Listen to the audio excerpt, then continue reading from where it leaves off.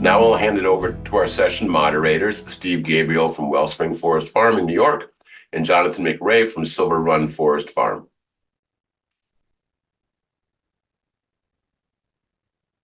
Hey, everybody. Thanks for joining us here. We're honored and excited to be here and also to be the last session between you and your weekend. So hopefully that works out well. Our intention really here is to share a bit about our process and thinking that we've been going through this past year as part of a project we'll talk more about, and also to just encourage some space for you all to reflect and share where you're coming from. So that's really what we're going to do today once I get things kind of organized there. You can see slides good? Yeah? Okay, cool. So let's jump in. So I want to acknowledge and wish that I could be in a room with you all, but here we are broadcasting from many corners and many landscapes. I'm coming from what is now called New York State, Central New York, traditional lands of the Haudenosaunee, and specifically the Gayokono or the Cayuga. I've been blessed to learn some language that has been shared and receive some messages from Gayokono, and one that's been asked to be shared in educational settings is the Gayokono want people to know that they're not a history lesson. They have a past, a present, and a future on their landscape. And they, along with many other indigenous communities, continue the struggle of that based in a really complicated and complex past narrative, which has been touched upon in many ways in this conference. The other thing that the Haudenosaunee in general bring that you may be familiar with is the Thanksgiving address or the words before all else. Which is a really wonderful way to gather minds together and give a lot of gratitude for all the living things that feed us and that we in turn should be feeding. And I just want to encourage you to take just a moment to consider something in your landscape that you're grateful for, maybe a body of water or a certain forest or a place that's really special, but just to give some gratitude to that.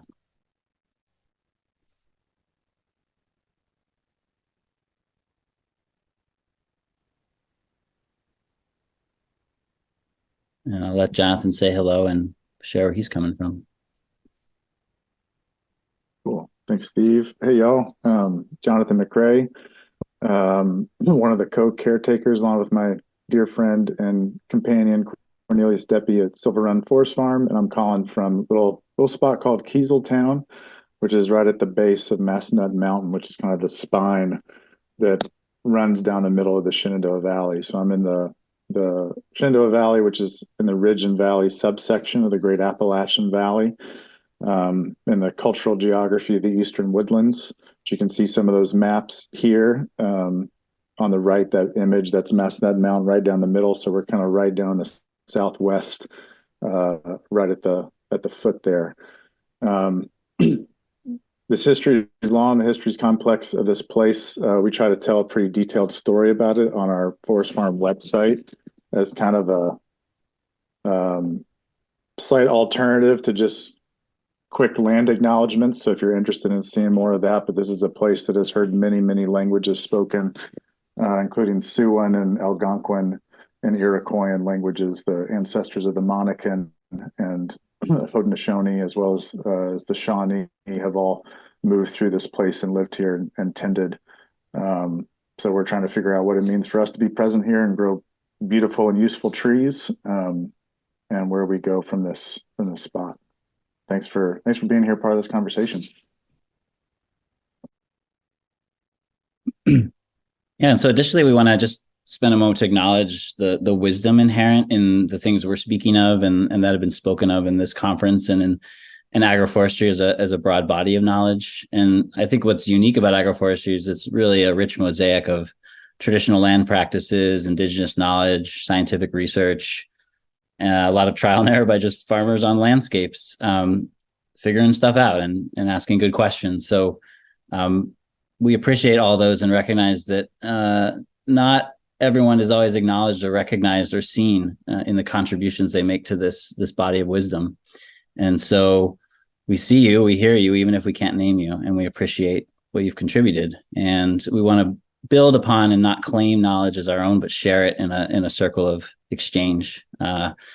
Two folks here I want to give examples of some real wisdom keepers. One is a dear friend of mine, Mike DeMunn, Dahadanya, who's part Seneca in his heritage. He lives down the road from me, and we have a deep friendship. He's a huge forestry mentor. He's a forester by trade, and has stewarded a lot of the forests in the region that I come from, and brings a lot of his own life experience as well as a deeper cultural experience to his forestry work. And then this fellow on the right, I unfortunately don't know his name. Here's an unnamed individual in Japan who is stewarding a shiitake log agroforestry grove that's been in family stewardship for centuries, hundreds of years. And in this photo, he is chipping some bark off the tree to listen to the sap run in the tree to time his harvest of the shiitake log. And so to me, that speaks to the types of really deep embedded wisdom in a landscape and in a practice that we can hopefully continue to build as a community. And both of these individuals, as well as many others, are featured in a wonderful series of videos called Woodlanders, just woodlanders.com. Really encourage you to check that out. Some really nice, beautiful footage of people around the world who are embedded in forest ecosystems and gaining livelihood from that. So nice resource to check out in the future. So before we get into some of our sharing for today, we want to offer some guidelines and just invite you to bring yourself fully to this conversation. We're going to offer some sort of points of what we think of as critique or challenge to agroforestry, and the sense is coming not to intend to threaten or make anyone feel bad or anything like that, but just to sprout and spawn some critical thinking and reflection in all of us. Just recognize we're humble learning human beings. So we want to cultivate a space that's really open and respectful, and it's okay if we don't agree. So we ask you to remain curious and open and respectful, that you challenge your assumptions and reactions and speak and recognize your own limited experience in all these things, as we do and try to do. And you're really welcome, and we're excited to have you here. And if that's not serving you at the moment to be here, that's okay to leave too. So our topic was, the way we framed this was tree planting as a relational process. And I think it's important for us to start a little bit as facilitators of this, just to share a little bit about where we come from in speaking to that. So, for myself, I've been in the field of farming and forestry for close to 20 years now. And a lot of this started in recognizing some of the real environmental catastrophes that I was facing as a young person growing up in the world, and really disillusioned, especially in my college years, of the responses to that, or the ways that I was trying to be involved with environmental science and forestry, and found the overwhelming focus on timber and sort of the reduction of a landscape that I grew up in, a forested landscape, to timber calculations was just didn't resonate with what I experienced, and had a really hard time through school, but found myself taking a semester abroad in Scotland. Found myself in the Scottish Highlands, in the Caledonia forest, for part of my experience, where we witnessed a landscape that Scotland has less than 1% of its original tree cover. It really is a testament to what it can look like to deforest a place. And my co-student there in the bottom picture is looking over the last stand of trees. And so we were witnessing this, and I witnessed the trees being cut down in this last forest during my visit. I also helped plant trees and tended to a tree nursery, which was the first time I tended seeds and vegetables and things, but I never tended trees. And so just to be in a space with tens of thousands of trees in a small little area that had this potential to go out into this larger landscape was really, really transformative for me. And so, I brought home a real sense of wanting to be in relationship with trees, to learn them, to understand their names and their habitats, and how I could be in partnership with them, and really wanting to think about how trees show up in the landscape and have more value than just as a single product, especially just as a timber product. So it led me to explore wildlife and making maple syrup and mushroom farming and all these different things in ways that could partner with forest stewardship. And ultimately, the lesson I brought back from Scotland that sticks with me today is within trees and forest work, there's the work of my lifetime and my generation, and then there's the work of the next generation. And the question is always, what's the work of now and what's the work of the future? We can't do it all in the short time that we have here. And so I carry that with me as a way to think about as we get into actual tree planting and actual agroforestry systems and the things we'll keep talking about. So that's where I come from. I'll pass it to Jonathan.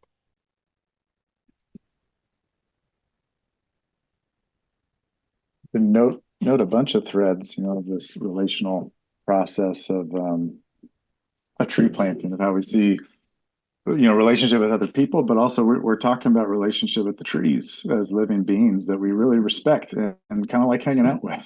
So that's how we want to see trees too. I grew up in East Tennessee and Central Appalachia, where there's a lot of clear-cut forestry and mountaintop removal.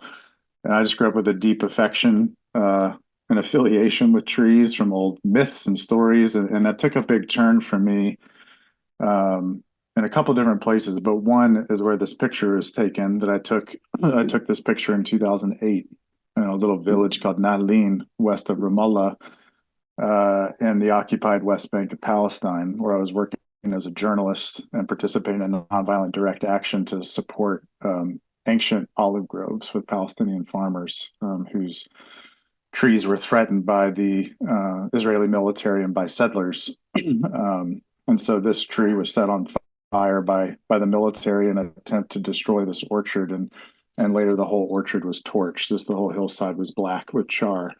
And there's a whole story to this. If you're interested in seeing this more, you could go to our Instagram, Silver Run Forest Farm Instagram, where I have a little bit more of a story about this and also what this experience did to reorient my sense of a deep love of trees and also agroforestry, seeing ancient silvopasture systems of olive trees and sheep and goats that really all directed me back here in the so-called United States to take responsibility for my life and to participate in building beautiful and useful cultures and systems that actually take care of people and respect trees and all those who tend them. And so this was a pretty significant moment and time period in my understanding of what it means to partner with trees and what it means to partner with the people who love them.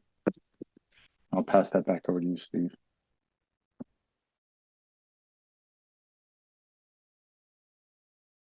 Yeah, so we bring our stories, and we know there's many stories of relationships. We want to bring this in as the core element of this talk and sort of the conversation that we hope to spawn today. And really, just I have fears. I have cautionary fears about the way that influxes of interest and curiosity and funding streams and excitement around agroforestry can lend itself to sort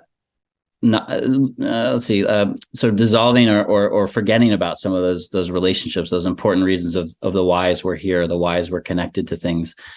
And we've seen this happen time and time again when we look at humans trying to plant trees at scale all across the globe. This is not by any means the first time this has happened. It's happened many times over, and many times it has not gone well. And so that's why we bring a critical lens and some reflective thinking to this, because we want to do well. We want to succeed in it and find ways that this can thrive in the wide range of contexts and communities that we're all tuning in from and connected to and working in.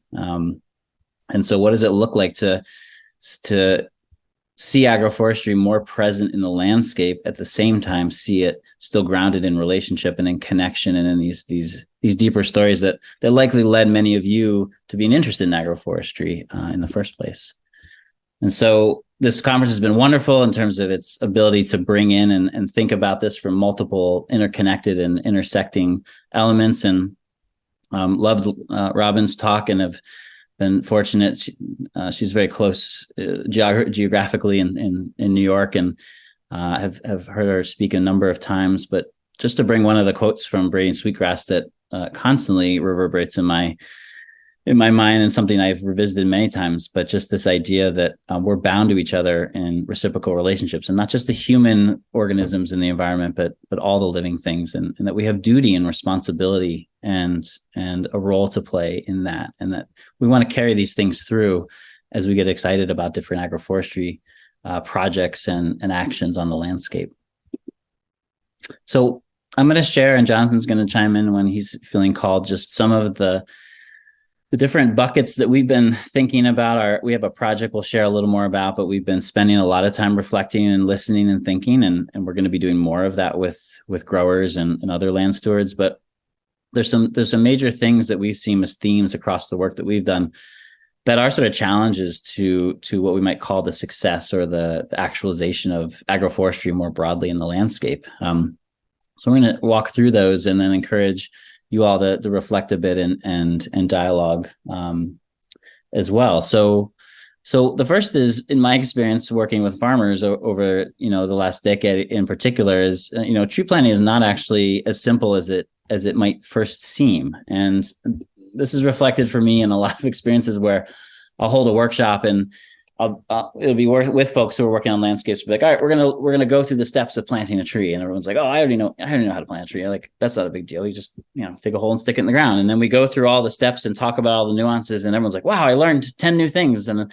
I learned 10 new things. 10 things I did wrong the last time I planted trees, and this is so great. And sometimes getting excited about systems and these broader implementations, we might forget the fundamentals, the very basic building blocks of tree planting, the ways that we tend to, the root systems of these trees when they're going in the ground can be really impactful on how they survive. Trees have an amazing ability to sit in the ground and live, but maybe not thrive if the root systems are bound up, for instance, or if they're in the wrong soil condition, or if the pH isn't perfect, if it's the certain tree that needs that type of thing. So this is an element of this that we see showing up and again. And so reskilling ourselves and making sure that the folks we're serving and working with understand the ways that trees are planted successfully is a really important element of this overall work.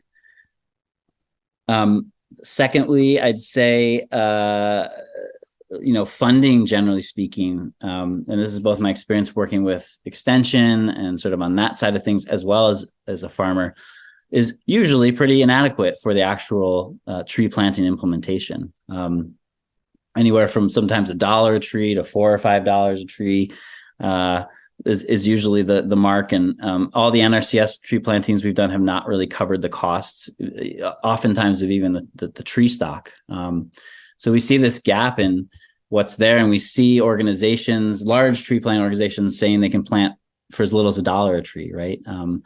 We did a recent study. We did an implementation project here in New York with 4 farms and tracked our time and material costs, and found that our costs for hand planting trees at the scale we were at, there's a lot of nuances to that, was somewhere around $26-30 a tree just for planning and establishment, not to mention the costs of maintenance, the ongoing costs.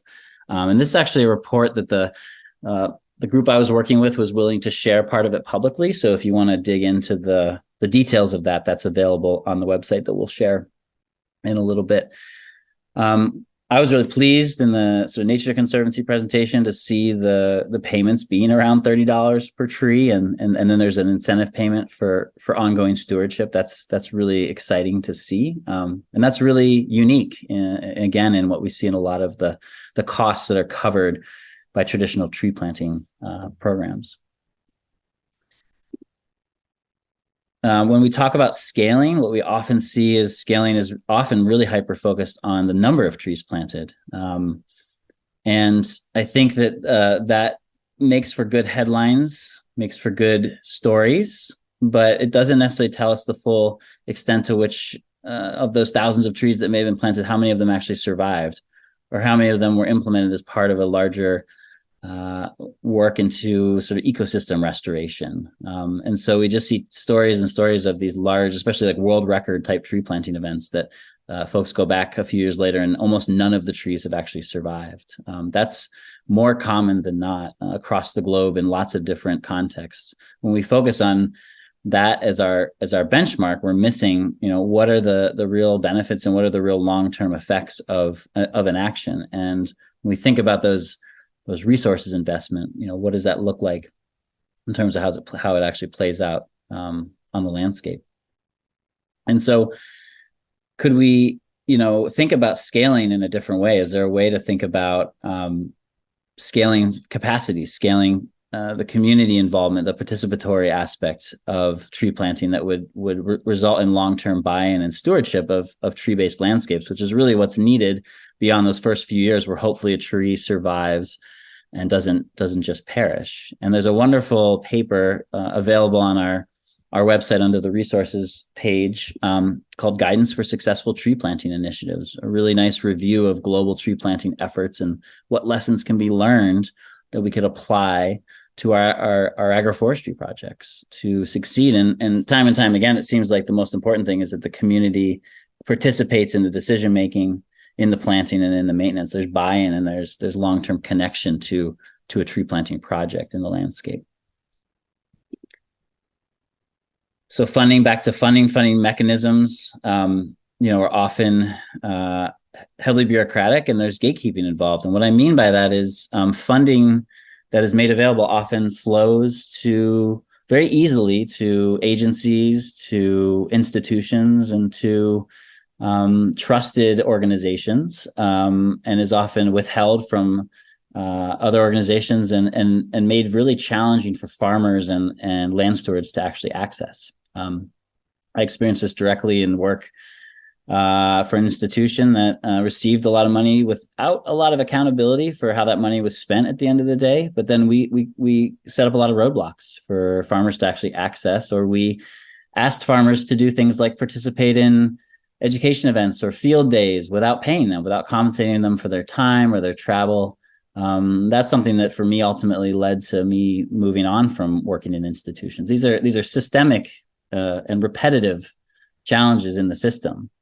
And I have direct experience as a farmer, working with NRCS in my community, working with soil and water. These are the folks that hold funds on a federal and a state level, and that being really challenging to navigate. I have soil and water questioning if our farm is even, a legitimate activity on the landscape worth funding. So New York State has lots of agroforestry funding, but it is held behind a gate of one person who walks on a landscape and decides if it's an appropriate use of funds or not. So that's what I mean by gatekeeping, is there's one or two people in between that access to public funding and the land stewards. And this is coming from someone who's had a career and an experience in navigating some of these, and it's hard for us to find. So what does it look like for someone who isn't familiar with navigating the twisted roads of bureaucracy? And what is it like for someone who doesn't look like a white male like myself that has an easier time navigating those systems? So these are systemic and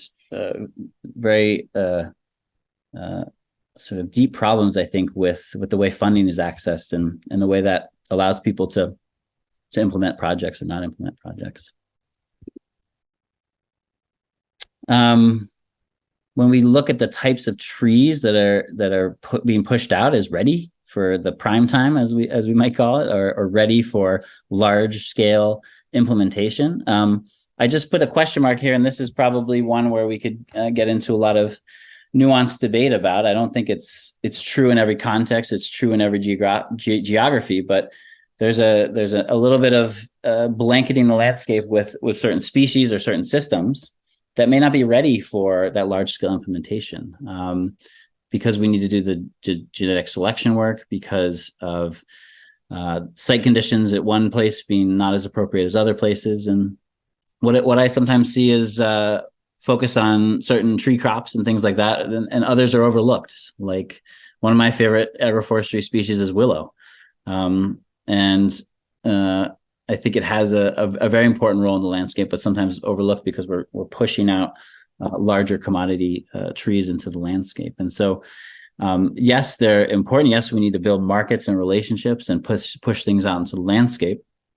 But we need to also be cautious in how we're selling those, I think, to people as if they're ready or not, and really be honest about the ways that those are showing up in the landscape. And then a couple more pieces to chew on here. So one is that tree planting itself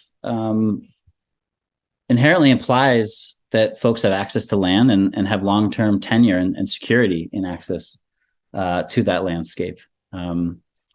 And I think this is showing up more and more in agroforestry conversations. If you didn't catch the Up from the Roots conversation, I encourage you to check out the recording of that.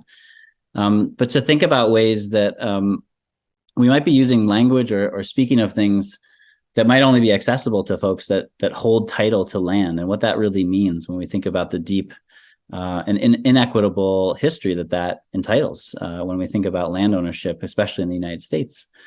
So what are ways that agroforestry can show up in relationship and in connection to that reality? In my experience, it's really looking at building slow relationships and showing solidarity, and often handing over resources, giving other communities space to participate in the work adjacent to agroforestry or adjacent or in connection to, without necessarily just asking folks to, be involved with my projects, right? I think it's about recognizing language when we talk about being landowners or being producers. I've heard folks bring this up several times in the conference. What does it look like if we say it's my land? What does that imply versus something I'm stewarding or something I'm tending for a short time in a privileged space to be doing that? So I think when we look at this one, we think a lot about back to building community capacity and community interconnection. If we continue to focus our projects on individual parcels of land or individual farms or individuals, we inherently fall back on a lot of the sort of challenges with private land ownership in the U.S. Jonathan, you wanted to bring out some other pieces to this one, I think. I think you're summing it up well. I'm seeing folks in the chat resonating with multiple pieces of these, but this one, I think we kind of feel like sets the context, and is in many ways the kind of foundation or roots, of every other one that we're talking about. So the challenges of this, but also the possibilities here. There's so many different resources, and like real embodied on the ground practices of this that are really exciting. But this is one of those elements that needs to be deeply grown out, and we don't find it useful or possible to honestly talk about tree planting and scaling up trees without talking about some major shift in the way we think and the way that we hold land in the so-called United States.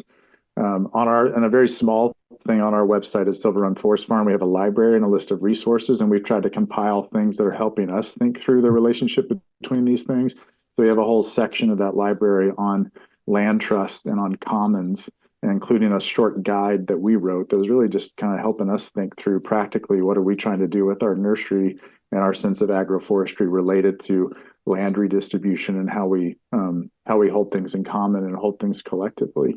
So if you're interested in some of that stuff, that's one place to start. And then there are many other places to go from there. Thanks, Jonathan. Yeah, and so finally, if we figured all that stuff out, we got a lot of layers there, right? And I know we're breezing through each one of these could be its own sort of session, and these are spaces that we intend to dig deeper with and continue to write and think and be in conversation about. But if we think about sort of skilling of the actual tree planting, we think about funding, we think about barriers like land access and tenure, the ways that we promote certain tree species and maybe leave other tree species out of our agroforestry system sort of promotion. If all those sort of things were reconciled, we still have, and everyone was ready to sort of keep scaling up, we still have this issue that, again, has been brought up several times, and I'm glad it's on folks' radar, is our available tree stock is just simply not there right now. And it's both in terms of quantity of stems out there to plant in the landscape, but also the quality. And if you didn't see recently, there was a great publication through University of Vermont that really looked at both the quantity and the quality question. So the map here is showing where seedling diversity is coming from for a specific species, in this case, red oak. And that if I live in New York right now, there's basically no diversity of red oak coming from New York State that I can get from a nursery. So there's a real gap here in what nurseries have been doing traditionally to even be stewards and librarians in terms of what genetics are out there in the landscape and how those have been caretaken. And so there's a real need to dig into that piece of this as well, if we think about the barriers to larger agroforestry adoption in our context. So I think what we want to do, given that was a lot to throw at you. we'll let you sit with that for a minute. And there's an article following up on this that we'll share that folks are encouraged to read on. And we see this as putting some seeds out there that we hope to sprout and continue to tend over time. But we want to encourage you to turn inward a bit and start with an activity. This is from a really wonderful organization that we like to work with in terms of some facilitation structures. I'll put that in the chat if folks want to check it out. It's called Liberating Structures. So this is the WINFI. So we're going to encourage you to think about your relationship to sort of tree planting and skill building and those kind of fundamentals of any agroforestry system, and ask yourself, what do you need and from who to better engage with this concept of building out tree planting and building skills in your community. So we're going to give you a little time to do this on your own. Think about trying to write out a statement. So the easiest way would be to say, I need blank from blank in order to do X, Y, Z. And just to kind of practice that, some examples, it could be pretty wide ranging in terms of, what you might look at. Like, I need to learn how to propagate nut trees from experienced growers in order to reduce my costs of planting trees. Or I need support navigating NRCS paperwork from another agroforestry farmer in order to get funding for tree planting. Or I heard this one reflected in the conference. I need childcare from a reliable community member in order to organize regional tree planting efforts. So those are some examples. We're going to give you some time to reflect on your own and then to share in some small groups. Anything else you want to add to this, Jonathan, before we set people off? Just to note, part of why we're doing this is like at the end of a conference, to stir ourselves up a little bit, especially if most of us are sitting on our computers in a seat looking at stuff. So it's not just y'all listening to us for an hour and a half, but that we really believe that everybody here has something to offer and something to say. So we want to make one or two spots through, another hour or so from here, just so people's voices can participate and we can actually craft the systems and ideas that we all really need. So these are the examples that Steve walked through of some things that we've identified as like some challenges in the current field of agroforestry. So if you take 2 minutes or so to do this, then we'll move you into groups to talk and then bring you back out into the large group.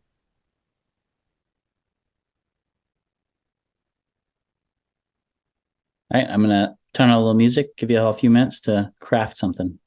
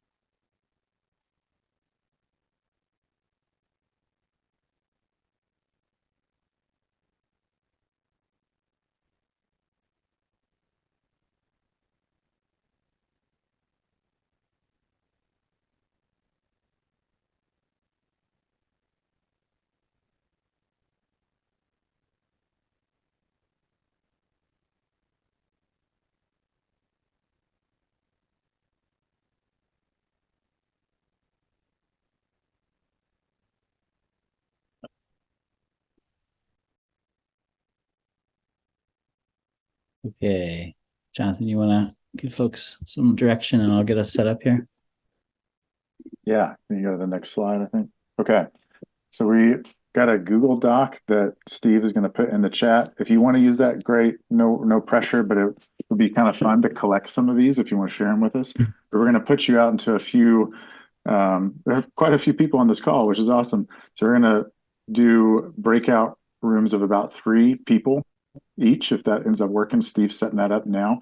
And we're just going to give you a few. This is quick. This isn't to like plan out a whole system. This is just like stir something up, share something with people, see what comes back to you. Say hi, introduce yourself, read out your written need, and just give like a minute or two for responses from your other 2 conversation partners to see what they heard in your request. If anything needs to be clarified, and then shift. So we'll give like, it'll be like 9 minutes, 9 or 10 minutes in the breakout rooms, and then we'll call you back into the large group when we're ready. Whenever you're ready, Steve.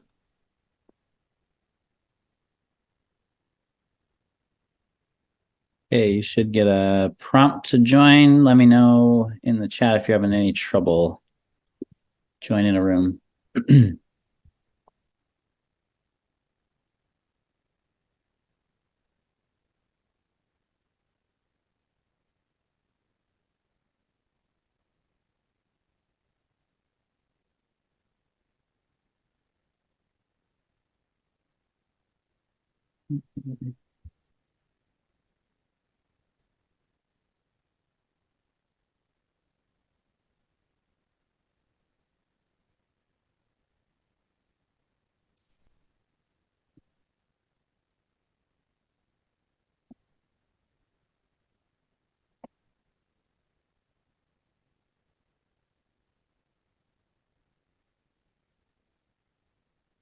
Steve, what's the time that we need to call people back in?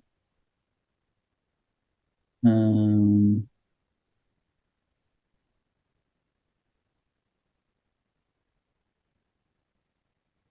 about, sorry, let me pull that up for a second.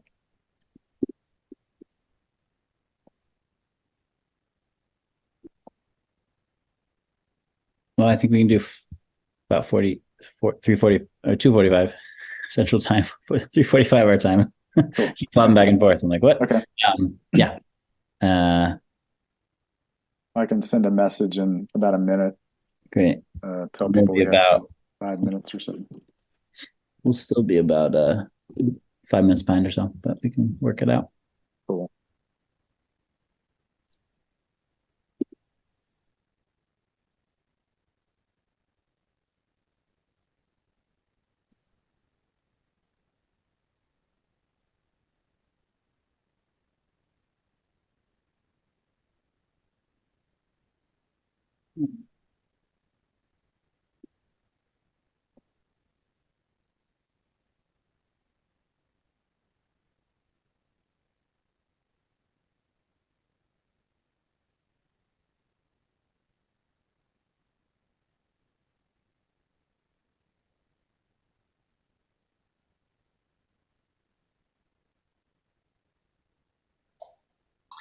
Can you send me out to another room? I was in one by myself.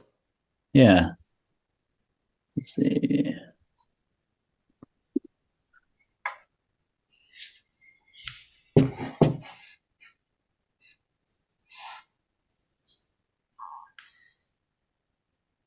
Okay. Thank you. Got it. Cool.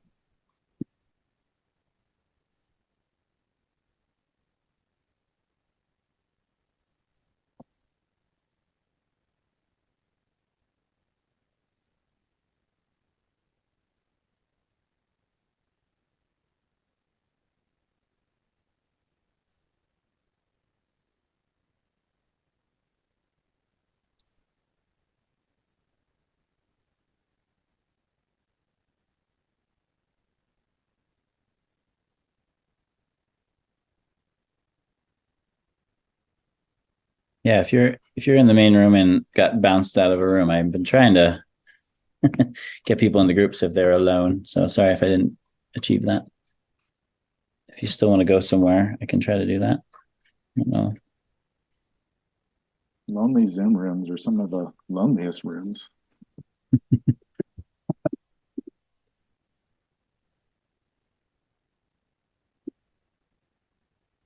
Yeah, there's somebody on the phone. About 3 minutes, I'll close the room so we can pull people back in.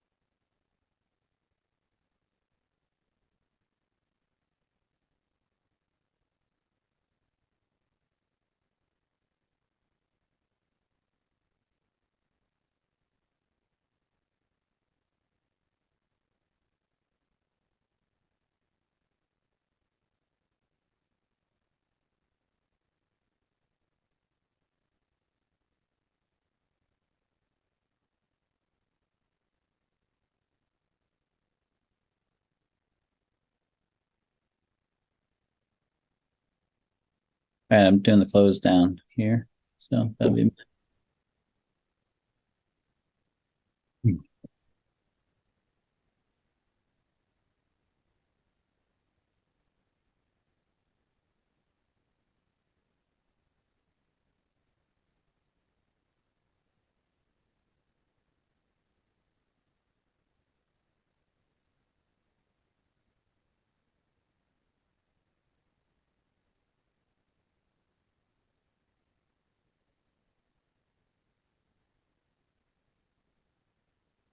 They should have had the Jeopardy music or elevator music playing, Steve. Yeah, I apologize. I usually can share sound and it didn't seem to come through, so I didn't realize that. So Oh no. try again. I could hum it.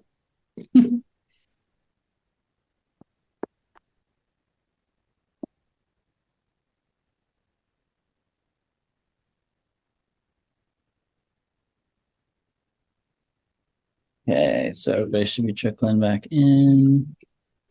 Welcome back.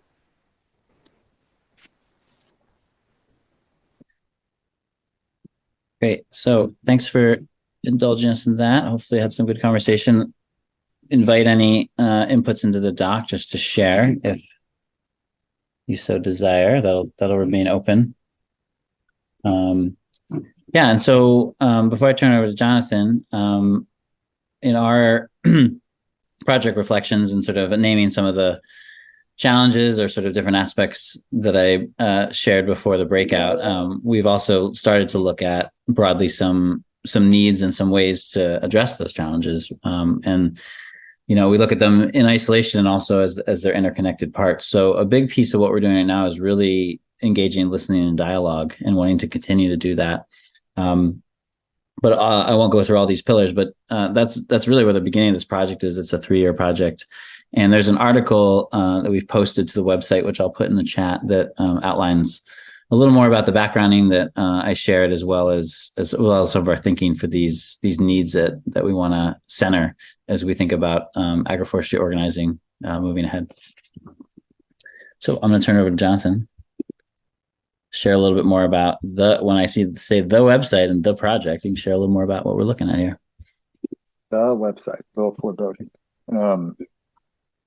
So one way we're trying to practice some of this, Steve was kind of laying out some of these challenges that have felt meaningful to us, and that we're noting that seems to resonate with other people. And then y'all were noting things like, I kind of need this thing from these people who I'm working with to achieve these goals. What are some ways we could do that if we organized a little bit more together and not tried to do it all individually on these isolated kind of distinct farms? Many examples of all this kind of organizing. So it's not like anything really new. We're just putting together something that has felt, what could we do from where we are with who we are and who we know? So right now we're calling this the Farming with Trees Collective, because we're just trying to be real clear about what we're doing.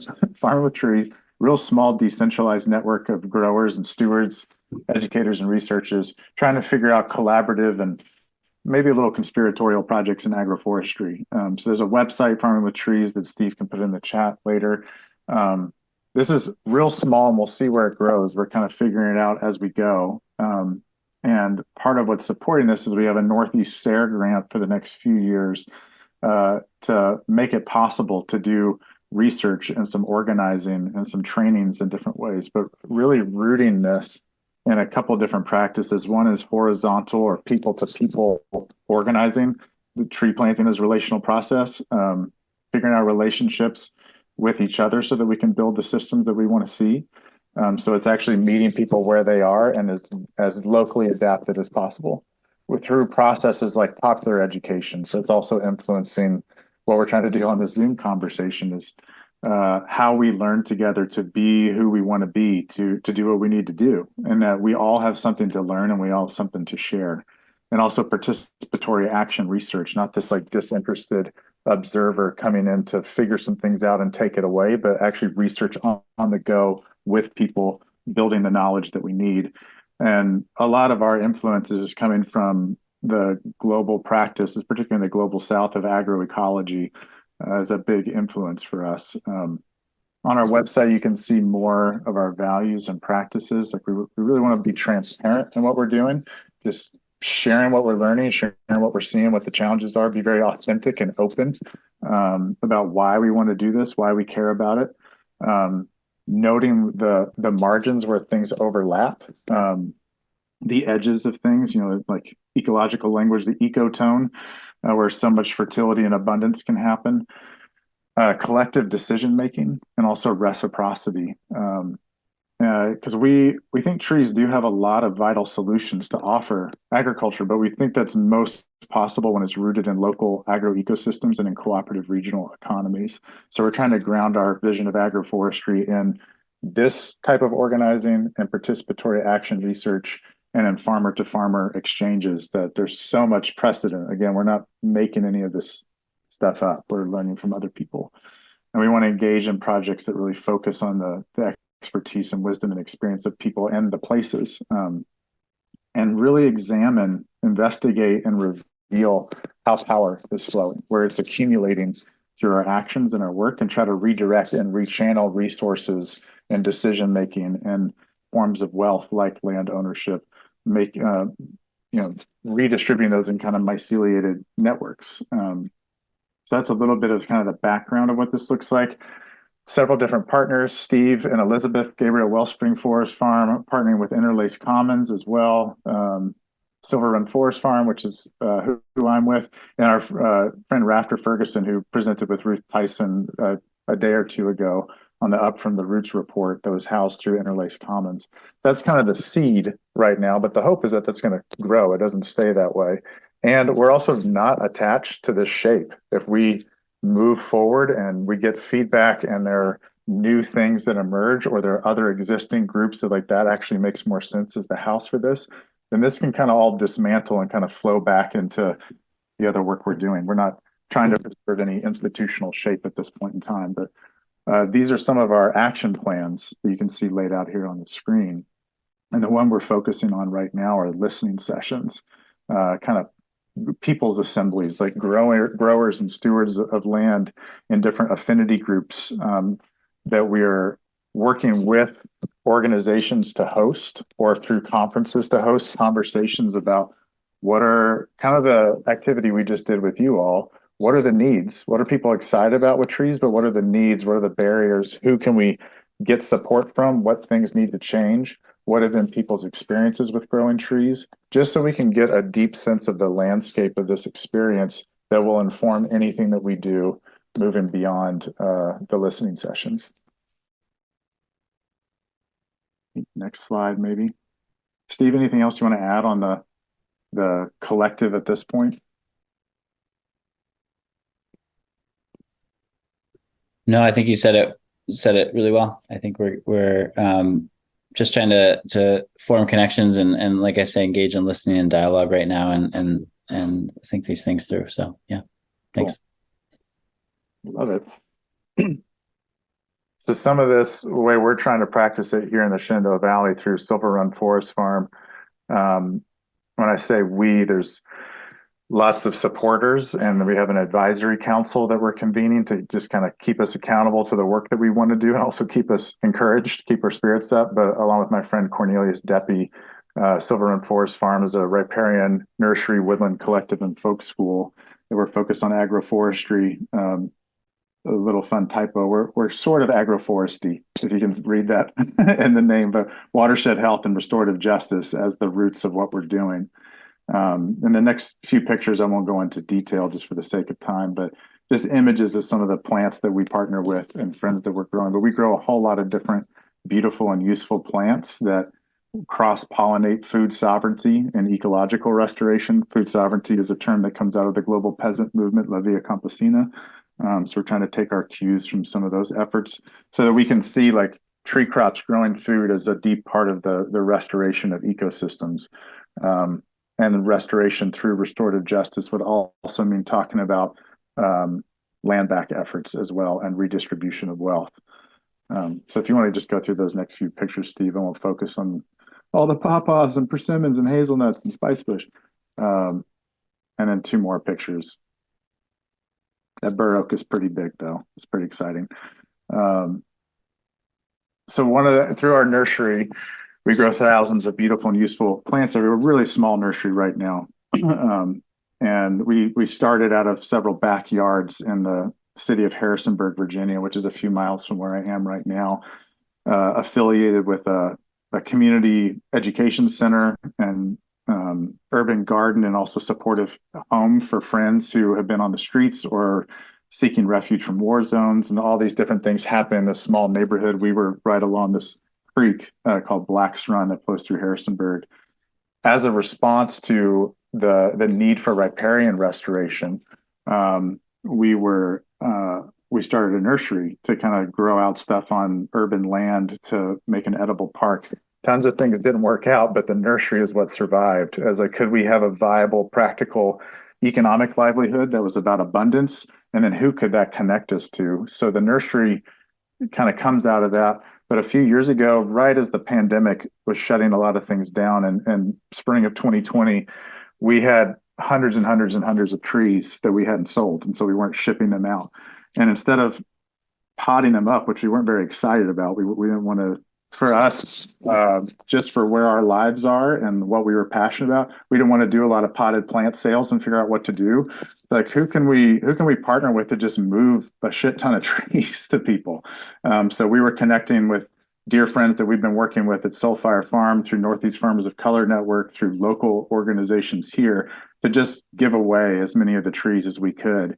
And that's now become a thing. It was just like something that we did on the spur of the moment, and we kind of jokingly called it our own version of a CSA, but instead of a community supported agriculture, it's a community solidarity agroforestry. So now we're kind of using that as a way to incorporate a different kind of mutual aid economy into our work, where people can support us by buying trees from us.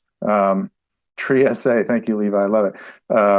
Buy trees from us that we're going to give away, either like as a one-time gift or as a subscription, to experiment. Is this a viable way that for us or for other people that we could do this? But it has been an incredible way to move upwards of 8,000 trees since 2020 every spring out to all these groups that have formed some pretty amazing partnerships and trust that is also a basis for some of the listening sessions that we're doing for this project, is like convening some of these groups that already have trees through us to see how that's going, what else is needed, how could this like become like distinct from us and grow on its own. But something that's kind of informing what the Farming with Trees Collective is doing is one stream of thought. I don't remember if there was more to this, Steve, on the next slide, perhaps. Yeah, so we're trying to ground this in like a vision of social change that's informing the Farming with Trees Collective, that's informing us as the forest farm here.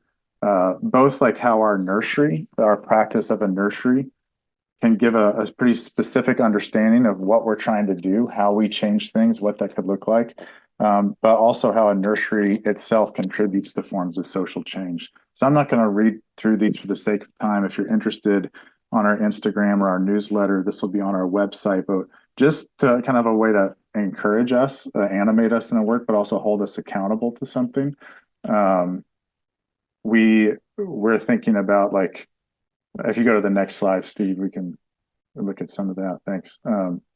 Just how a nursery strategizes a biodiversity of tactics that don't look the same way everywhere. Not all nurseries are going to look alike. So how do we respect that?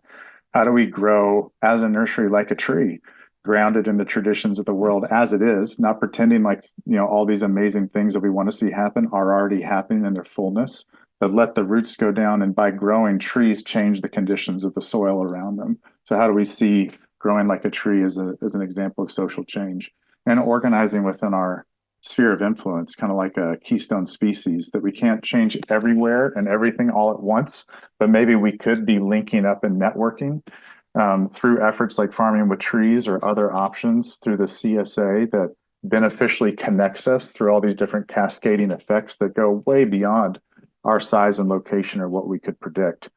So just as a point of encouragement for us, but also as something accountable, is like, are we actually doing these things? Is it working? And then what do we need to reassess and revisit as a feedback loop? Anything on that, Steve, that you want to note before we shift into conversation?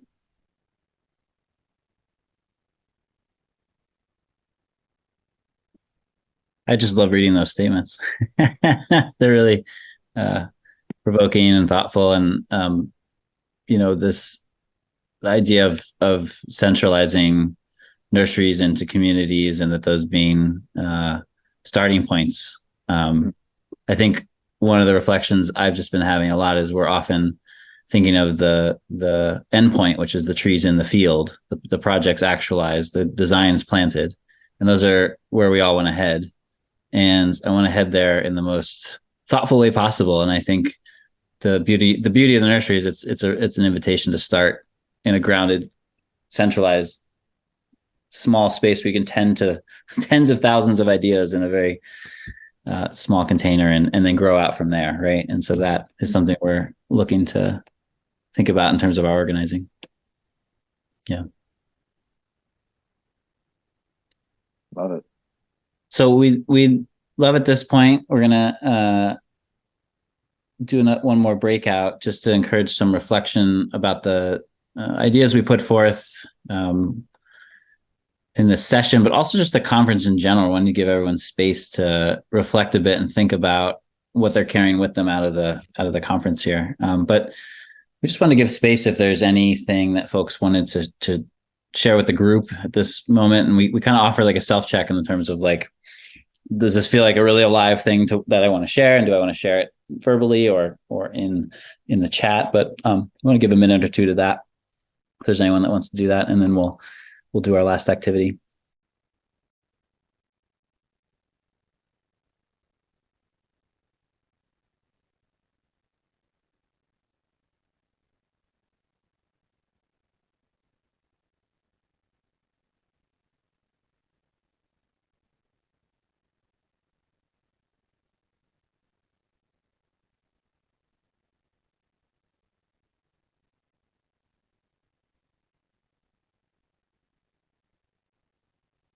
I have a question.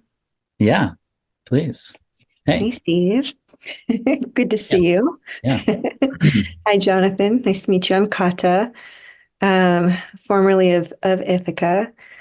Just out of curiosity, I mean, at the beginning of your talk, at least at the point in which I was able to join, you shared a really beautiful guidance and invitation, I thought. Um, and honestly, I was like, uh-oh, here we go. What are they going to talk about? What's, super controversial? And I guess I'm curious, like, um, what were you nervous about talking about or perspective shared?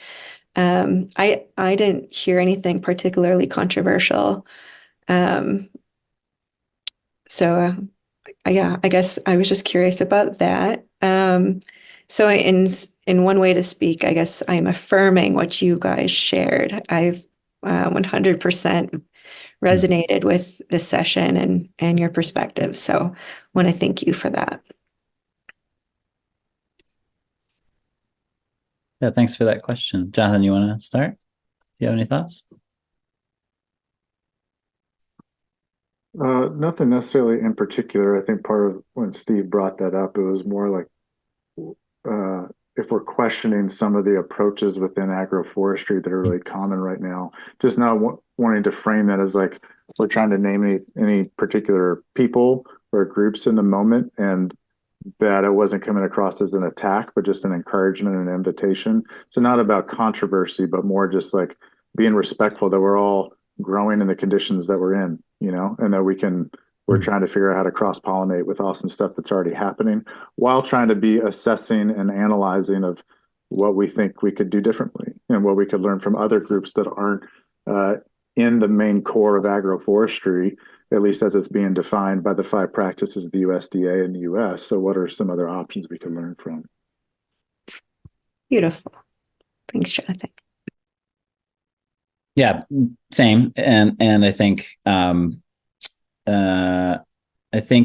there's I wasn't afraid of, I guess, of anything that I felt like was particularly controversial, but there are maybe critiques that would hit people in different ways, and I think that's just inevitable with a large group of folks that are coming at it from different angles. So wanting to, like Jonathan said, sort of cultivate a respectful space and encourage people to think, and the way I found success in farming or land stewardship is like being my own critic, right? It's easy to sort of just say, well, I decided to do it this way, so therefore I will continue to do it this way. And there's elements that we see in tree planting. There's elements that we see in agriculture and permaculture. I've been a part of all these movements that have succeeded in some ways and made some real pitfalls in other ways, right? And I think that I want to be really aware of that, and I think constantly being self-aware of that and cultivating a healthy sense of critique is really important. So that was what we were trying to bring forward, I think. So yeah. Nice. Thanks. Okay. So let's move in. Jonathan, do you want to give us our instructions for this last activity? Yeah. We have one more breakout, one more participatory thing, which that may not be your cup of tea, at the end of a virtual conference, but if you can hold with us or if you need to step out, that's cool. But this is another one of those facilitation tools from Liberating Structures that we've found really useful. So if you take 2 minutes on your own, if you've got like a notepad or you got a piece of paper or on the computer that you're on, this one is like, what happened? What happened in this session? What happened in this whole conference over the last 2 days? What's a seed or a takeaway that you could harvest from this or the conference that you could take with you? So I'm just going to give you 1 or 2 minutes right now to do that, and then we'll move to the next piece.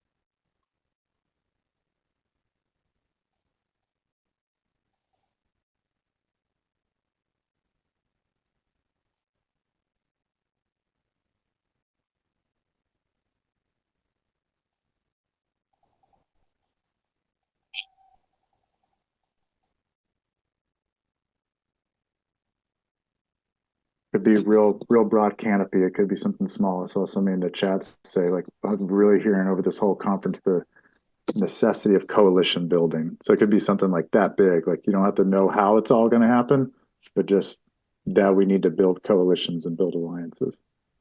Just take another 30 seconds or so.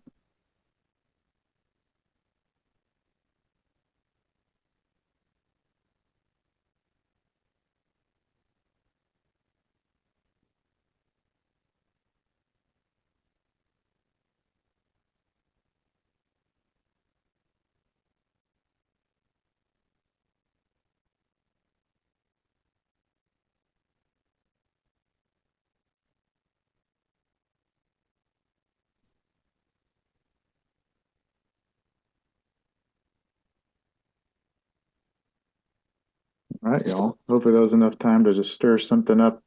Just something, an idea to take with you from this conference or this session. Um, Next slide, Steve, I think. Steve said no, some breakout rooms. So we're going to send you out into another breakout. There's going to be a new group of people, and we'll see if this works well again. But for about 5 minutes, it's short. We're not trying to solve any huge issues, in this amount of time. It's just to connect, cross-pollinate, like we said, a little bit, and just see what comes out of it. But what happened? What did you learn? What sort of thing could you take with you? And why does that matter to you? Why does that feel like the thing that stuck with you? What patterns or conclusions are emerging from that? So what are you taking and why does that feel important to you?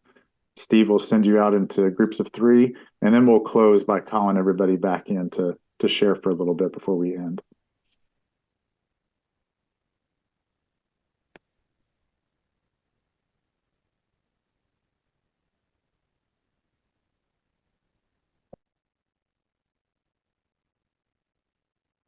Yeah, open the rooms. Let me know if you have any troubles getting somewhere.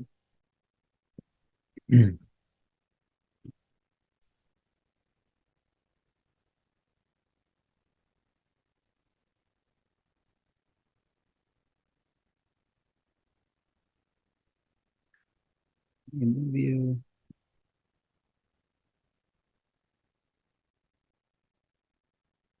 Steve, I think that's like 4:15 our time, Eastern time, 3:15 to call people back in, and then 15 minutes to just keep it open before we close. Yeah, that sounds good. Or we could give a little more time. Yeah, that sounds good. There's some. Oh no, now it's evening now. There was some heavily piled people in rooms and smaller rooms, and looks all right now. Cool.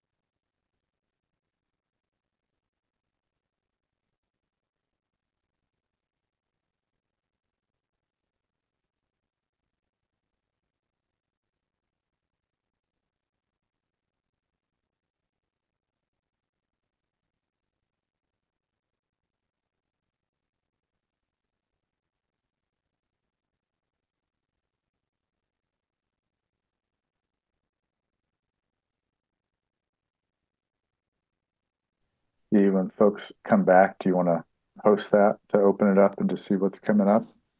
We can tag team like whatever comes up, but if you want to take it when people arrive, Say what you mean by that, just so I'm clear.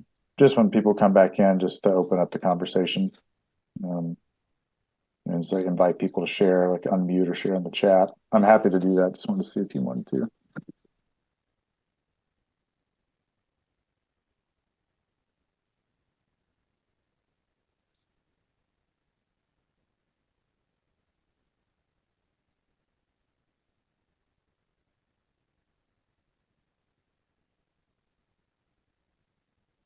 Do you want to do just sharing, or do you want to do the what's next? What do you think? Yeah, right.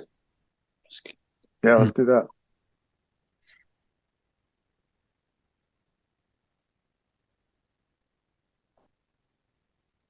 It could be just that's the third piece, and if people are brave to share Yeah. their three things. That sounds good. And that'll, I think, bring us up to close before Keith comes in to end the conference.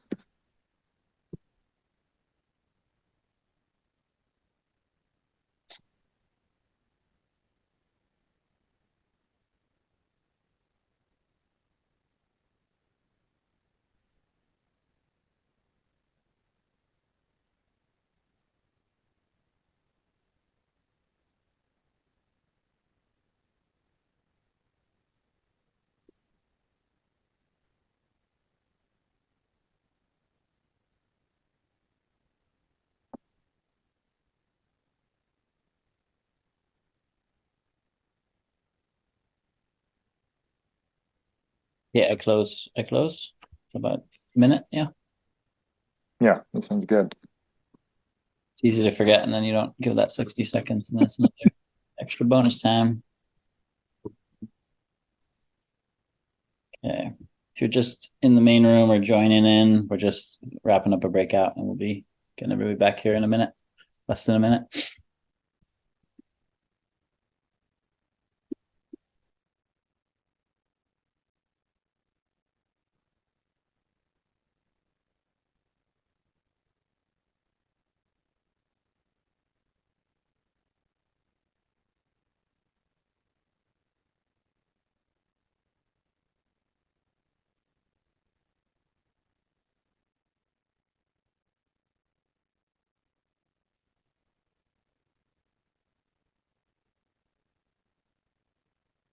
Yeah, I think we're here, buddy. Oh, 8 seconds. Sorry, not everybody's back yet. Weird. Okay. Now we're back. Nice.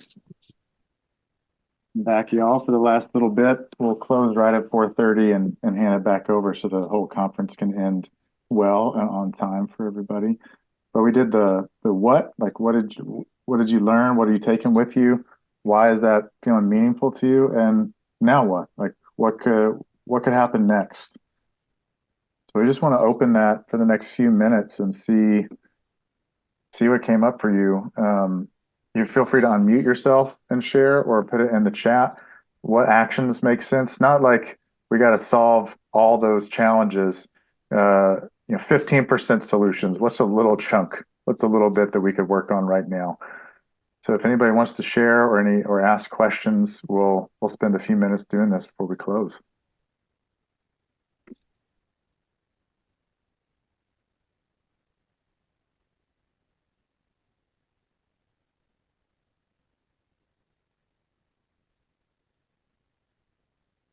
Well, actually, it's going to take me a significant amount of time to go over all of the notes of and all of the links from what I got just from this conference. I think will take me the rest of the winter. It's been awesome. So that's my first step. Cool. Thanks, Will. Hopefully that can be a good problem to untangle all the link webs. Is there one thing that stuck out, or is it just a big pile right now in your mind? One thing that struck out is just this connectivity of this agroforestry community. It's, and the question about ensuring equity going forward and justice and abundance and all of the things we got into this for the first place. So that's one thing. It's like, oh, I want to navigate this whole network. So that's one thing. And then just all the tons of technical tips I'd love to go over and just perfect timing because I'm looking to put a demo orchard and like, oh yes, now there's a demo orchard map. And once I'm done with my demo orchard, I can put it on the map. So like just in time. I think this conference saved a lot of time and money and tree mortality, just getting different tips. I have a feeling. Awesome. Thank you.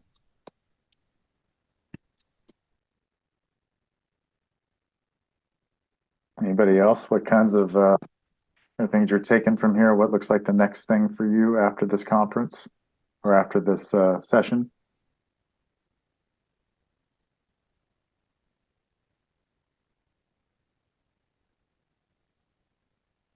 You see, the chat, Azula says, building relationships, understanding history, rematriation of land and seed. And those sound like some what's. I'm curious about some so what's or some what next, if there's any, whether you want to voice or put in the chat.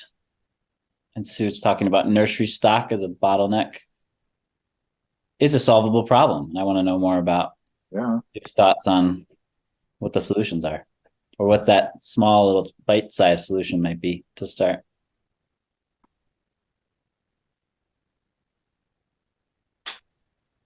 This is Sue. I can check in here. I was just thinking that you don't have to have a lot of land to produce nursery stock because you're not taking it to maturity. So that seems like a place that people with just a large backyard could even approach. That's awesome. Yeah, I love that. I can chime in. Yeah, go ahead, Ryan. Well, our group, I think Samantha just posted something really beautiful in the chat. That's a summation. But the emphasis on cultural production in terms of art and magic over, commodified agriculture is one of our takeaways. And magic being the capacity to germinate seeds and generate new worlds, new realities. And art, helping to manifest that, some of the tools that art provides us.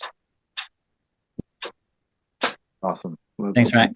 Ryan, can I just ask you how that's why is that important to you to have that show up in these conversations?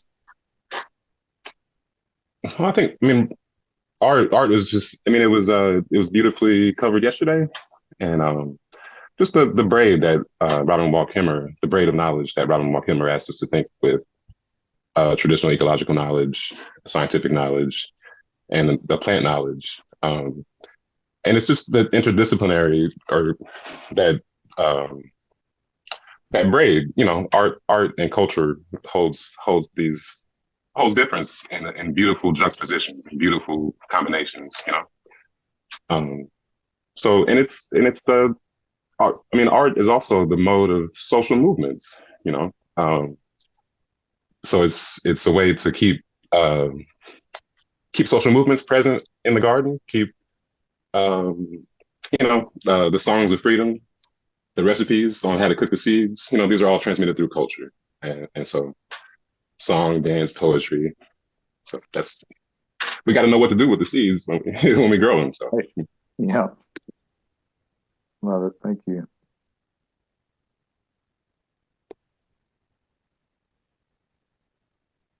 Seeing really sweet stuff in the chat too. Mary Ellen saying, what next? Like real specific. I'm going to host a dinner with people close to me. It's like wherever you already are, where you could start, like being real practical about it and see where it grows from, which is that magic that Ryan's talking about, the things that sprout and can grow. Yeah. Whoops. Sorry, let me fix audio. Don't worry. I saw Robbie saying, people talking about slowing down to just see the scope of the wider landscape, and we need places we can come together to share ideas and co-create, which could be those kitchen table conversations, but that's a huge thing. Or where are the gathering places? Where do people come together to talk through this stuff in regular ways? If those aren't visibly or obviously in the community, or they're only accessible for some people, what are other ways that we can build out assemblies or conversational spots? What are those third places where people can get together? Any other next steps for people? Hang on. There's a kind of regarding the mass of notes and also like the mass of the conversation in the chat and so forth. Maybe there's a way to use modern technology to help get that data together, and I know we have to be careful about that kind of thing, but maybe we can work on that a little bit. Use that sort of thing. Not exactly the same thing, but also and seems like this conversation has gone kind of in this direction, is start a journal of failures. Right. We may have run into that idea once or twice before, but I think we might be able to do it here in a nice, a friendly and useful way. Awesome. Thanks, Brandon. Yeah. Those are my dad's ideas mostly. Makes sense. The feedback loop of failure is fodder for the next thing.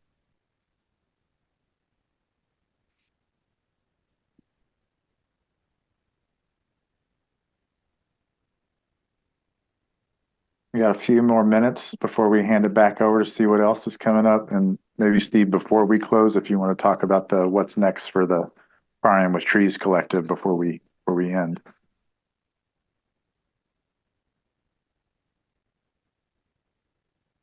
Yeah, there was a couple. I'll just share a piece to thinking about the Journal of Failures. Is that what it's called? That sounds very poetic to me. But Ross Gay's next talking with some folks organizing around here about starting a local AA chapter, an agroforestry anonymous chapter, where we could get together in a circle and be like, hey, my name's Steve and I've killed a lot of trees, and just want to be honest about that, and here's why. So sounds like there's some momentum there. Maybe we just have the folks that want to sit around and do that, but it's good. It's good.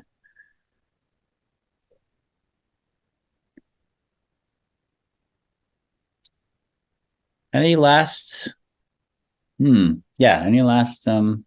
thoughts anyone want to share at this moment?